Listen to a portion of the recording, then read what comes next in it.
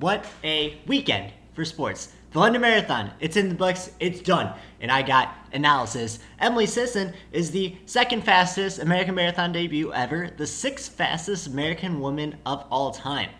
What a stud. My St. Louis Blues won Game 3 in the NHL playoffs. My St. Louis Cardinals are first in the NL. And doesn't this picture just sum up the essence of running? No, wait, not that one. This one right here. Alright everybody, welcome back to the Running Through It YouTube page. My name, of course, is Justin Horniker, and we are going to break down the 2019 men's and women's London Marathon. What a day. It's going to start being a little bit old hat talking about historic marathons, because each time a marathon major is in the books, we talk about how historic of a day it was. But, be it the Nike shoe revolution or the Eliud Kipchoge era, there's something in the water that just keeps up in the game. Eventually, we're going to hit a wall. Kipchoge is going to retire, everybody is going to catch up, or where nothing of note is going to happen outside the races. But for now, the stories are that Eliud Kipchoge wins his fourth straight London Marathon. He now owns the two fastest marathons of all time. Another runner broke 2:03, where Gremu ran 2:55. Gremu ran 2:02:55 to set an Ethiopian national record, and Mo Farah was a non-factor. We also have Bridget Koskei on the women's side, just really breaking Vivian Cherio. And let's start with that. Let's break this down. I know I'm a little late to the game. With how it works, me being in the Midwest, the London Marathon was on at 3 in the morning. So I went to bed at not as early as I should have. I woke up on like 4 hours of sleep to watch the London Marathon. And then I myself had a race to run here in Kansas City that I had to get ready for. So hence, the production of this video is a little bit later than I wanted to. But what it did do is give me time to kind of observe the fallout and really launch into things. So let's launch into it. So let's start with the women's marathon, since that's what led things off. And then I'll kind of sum everything up in the end. And also, I have a couple questions from you guys that I want to answer in this video. Kind of a, just tie everything up in a nice little bow. So the lead pack goes off. Sinead Driver. And Sinead Driver, who is a Australian Masters runner, is the first to make a move, which was extremely exciting because I tuned into the race a little bit late. Like I said, it was early here. I did not get moving as quickly as I wanted to. I kind of sat in bed for a little bit, got up to watch. And by the time I was looking, Sinead O'Connor made the move. And she was out front for a while. Then came back to the pack. And then the pack kind of separated. They came back together. And my initial thoughts are, if you have a chance to lead a world marathon major, go ahead and do it. Like, what's stopping you? Jared Ward actually talked about that after he was leading Boston for a little while. And it's like, now he said he understands why back of the pack runners will take the lead when they probably shouldn't. It's because of that feeling and that ability to just absorb leading the race. And it's a awesome experience. So the pack came back together, and the pace was slow from the start. So at one point they were on 2:26 pace early on. That ratcheted down to 2:24. Huddle and Sisson were there. They're in the mix, and they kind of drop back again. They're back up in the lead pack. Then Sinead Driver takes the lead again and is out by herself for a long time. And really put about 61 seconds on the lead pack at one point. And it was at this point that I would like to talk about the commentating a little bit, because oh my god. So this was Sinead Driver's off the front, and they're down to 2:21 pace. So she's off the front, but it's not necessarily convincing because you feel like the pack is going to just eat her back up. However, she keeps gaining. She keeps gaining ground, and at one point her lead is back up to 61 seconds, which crazy. But the commentators keep talking about how they don't believe that the pack knows that she's out the front. Like, oh, how would they ever go after her at this point? They obviously don't know that she's out there. It's such a ridiculous narrative to try to paint home for the majority of the time that Sinead Driver was out. It's like, okay, she's a pretender. Don't pay attention that she's out there because that's not the real race. Go with it, dude. Breakouts happen, and sometimes they get away. But that was their thing, was that Meb got away. People talked about how they didn't know that he was not part of the race, which was a ridiculous excuse. But The excuse has been made before that people in the main pack don't necessarily know that the person on the breakaway out front isn't a pacer. However, they did see her leave and she came back and then she left again. That's not really pacing. There's no way in my mind that could be justified that the pack didn't know that she was out there. And they really tried to drive that narrative home, and I crossed my eyes a bit at that. It's ridiculous. And we'll talk about another gaffe I have with the commentators here in a bit. Just like things that grind my gears about it. Not necessarily that the commentating was bad, but there are certain things that they decided to try to put a narrative on that didn't need to be narratized. Like that's a word. So it's at 61 seconds. And the pack is starting to string out a bit, so you can see that they're itching. Now they're wanting to go after her. At one point, Bridget Koske and Vivian Cherio kind of look at each other. Koske, Cherio, shall we do this? And the pack is gone. At that point, they break out. Within 5K. At one point, Diver had a lead of 61 seconds. Within 5K, it was down to 10. Like, they're just reeling her in. So now we have a pack that mainly consisted of Gladys Strono, Vivian Cherio, Bridget Koske, Mary Katani, and Huddle and Sisson. They're together, but they're off the back at this point. That's good. That's perfectly fine.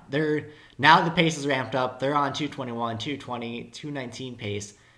They don't need to be there, but they're running smart. They're running within themselves. They're still in the mix, especially Emily Sisson, because once that pack broke up, you could see as we get into the later races, into the later miles, that some runners really tried to go with it, and they couldn't. Okay.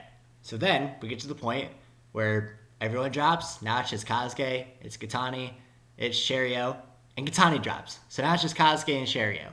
And then Koske makes a move, she's free. Cherio brings her back. Koske makes a move, she's free.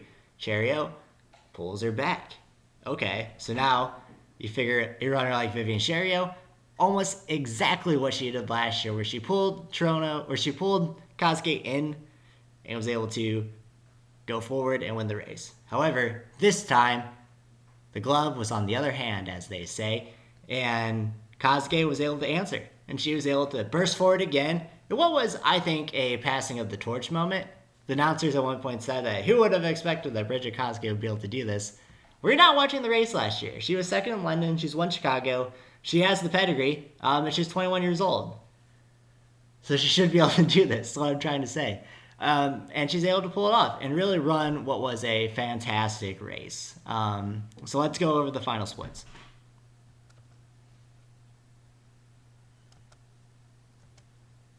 So Bridget Koske, 2:18.20, especially for they're on pace for 2:24, 2:23, 2:22. A really good last half. And especially the last 15K were spot on. Vivian Cherio, 2:20.14. So Koske really blew the doors off over the final 10K. Really blew the doors off. Rosa Dirige ended up in third. So Katani's going to drop, and we'll talk about that.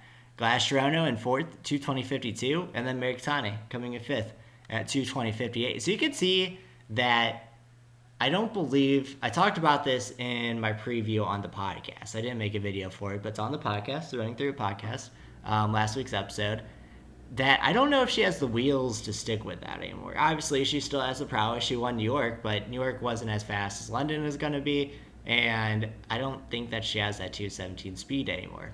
As we always say, Father Time is undefeated. And then sixth place, the second fastest debut by an American, Emily Sisson, and the sixth fastest marathon of all time on the women's side. So she's really gearing up, and I think she has a shot at the podium. Now, we're kind of in the golden age of American women's marathoning, in that out of those 6 times, 5 of them are still active. And Shalane's a little bit beaten up. She's going to be coming off surgery, so Shalane Flanagan will be in it. She's coming off surgery. Jordan Say, obviously the holder of that record, running 2:23, had a really good New York Marathon coming in third there. You have Des Linden, who knows where she's at. She always has a chance at the podium. She always has a chance to win. But PR-wise, she's not where the rest of them are. And then Molly Huddle, who, what is Molly Huddle even? Obviously, she's fast. She's the former 5K record holder. She's the 10K U.S. record holder.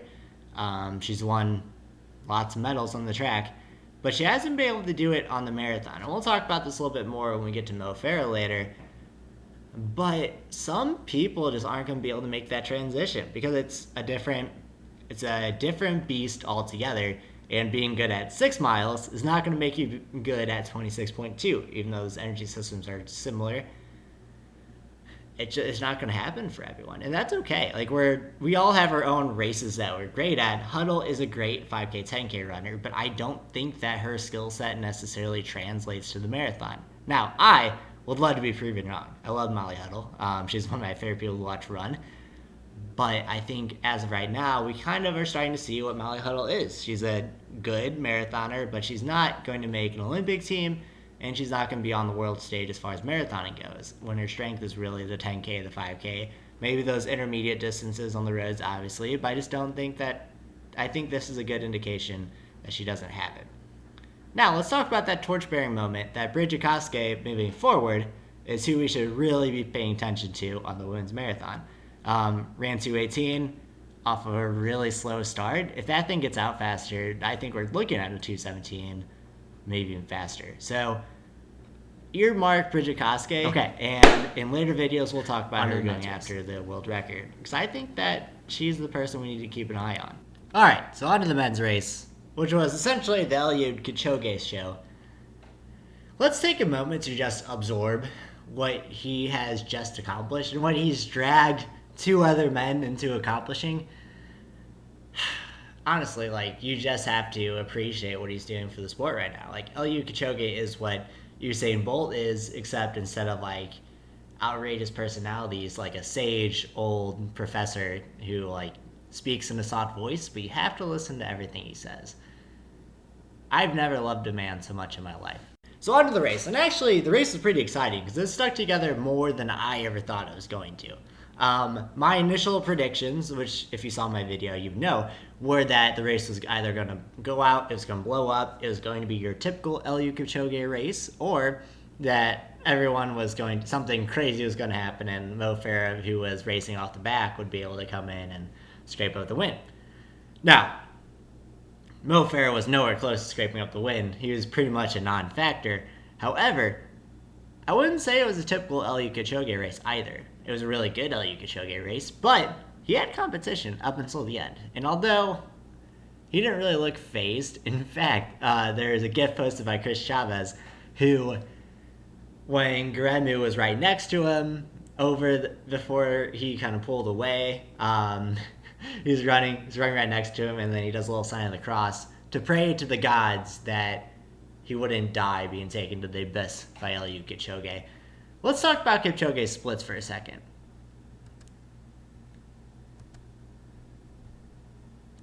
Because I was curious on where the difference was between New York and Berlin, those performances there. Or between London and Berlin, those 2 performances there. Because he was definitely pushed more in London. Berlin, he was pretty much off the front for the entirety of the race. However, talk about elevation gain. So London is 506 feet. Berlin is 122 feet as of, like, overall sense. Typically, according to John Kellogg's formula, every 10 feet equals 1.74 seconds. Now, that's not accounting for the turns in the race and everything else. So the difference between London and Berlin should be about 36 seconds. To me, I usually have it at about a minute. And other people have kind of gone on the same thing because of all the turns and because the weather isn't usually as nice as it is in Berlin. However, Kipchoge is 2:02:37 versus his 2:01:39 in Berlin. I think is a better performance, even though obviously it's not the world record. I think with the turns in the course, because it has sharp turns at times, so you lose a little bit of time there. And generally, it had a headwind versus I think Berlin was a little bit better weather-wise. I think that this was a better performance. And also because of the way he just totally took apart Gremu and Wasahun when they were there. And credit to them, they're able to stick with Kipchoge longer than anyone else has in recent memory. They were with him, up until the last couple K. Obviously, Kipchoge, spoiler alert, wins the race in 2:02:37, just a crazy time. His last 2 miles were both in the 420s. A 2:54 final K. Average for his final 5K was 2:54. And he even averaged a 2:50 right after the half. So they were moving. And the fact that Gremu and Wasahun were able to stick with him for as long as they had, they were rewarded handsomely. Gremu broke the Ethiopian world record running 2:02:55, one of the fastest times ever run by somebody not named Wilson Kipsang or Eliud Kipchoge. It was crazy. And Wule Wasahun ran 2:03:16, so he was also right there, rewarded with the fast time. Both of those guys are going to be really good in the coming years. But will Eliud ever slow down? Because I think he's half cyborg, so that's something to think about when we're making future race predictions. But yeah, what a day, man. What a day. And it's really funny because you could tell that Gremu really took himself to the wall for this. As they were kind of getting everybody together and making the photo op, the race officials are trying to get Gremu's attention. They're trying to get him to stand still and pay attention to the photographers. And you can tell that he's having none of it. Which 15 seconds after being taken to the brink in a marathon, I get it, man. Let the dude die in peace, for the love of sakes. So then, let's finish this off talking about Mo Farah, and then I'm going to get into a couple of your questions. So, Mo Farah runs 2:05 high, which, for him and for the hype that everyone put on the race, is probably disappointing. I personally bought too much into the Mo Farah versus Kipchoge hype. And my good friend Rob Ruff on Twitter kind of pointed this out. But the way that he was able to win Chicago, which for us is, in our local wheelhouse, and we usually put a lot more emphasis on World Marathon Majors than maybe we would do if he ran, 2:04 at CIM or something like that. Like the fact that he was able to win a World Marathon Major, be it Chicago over any other one, is impressive. However, that 2:04 versus Kipchoge's 2:01 that he ran in Berlin, and even the time that he ran last year, where he was able to throw apart Mo Farah, I think it was too much of a narrative. And I get that it was hype, but and buying into the hype isn't bad, because I thoroughly enjoyed the race, because I 100% bought into the hype of the race. And I don't want to jade you guys on buying into pre-race narratives. I mean, heck, you can make your own pre-race narrative for yourself to watch and enjoy it play out. But being that this was a British-centric event, that Mo Farah is Britain's greatest runner, they put too much pressure on him. Because even though Mo is a double gold medalist, he just doesn't have the aerobic capacity for a 2:01, 2:02, 2:03. And even though he's a great runner, don't forget he's a 3:27 1500 meter runner. 3:27 is fast. That is getting into the world's best times fast for 1500 meters. So to ask him to be the world's best at 1500, 5K, 10K, and marathon, that's asking a lot. And people are talking down about that. Like, what's he supposed to do? The dude's a good runner, and the fact that he's been able to run 2:04 in a marathon, I think that's everything he needs. Unfortunately, with success comes high expectations. And if you can't meet those expectations and you talk a big game also, that's where the problem comes in. And I think Mo kind of rubs people the wrong way because he is a little bit brash.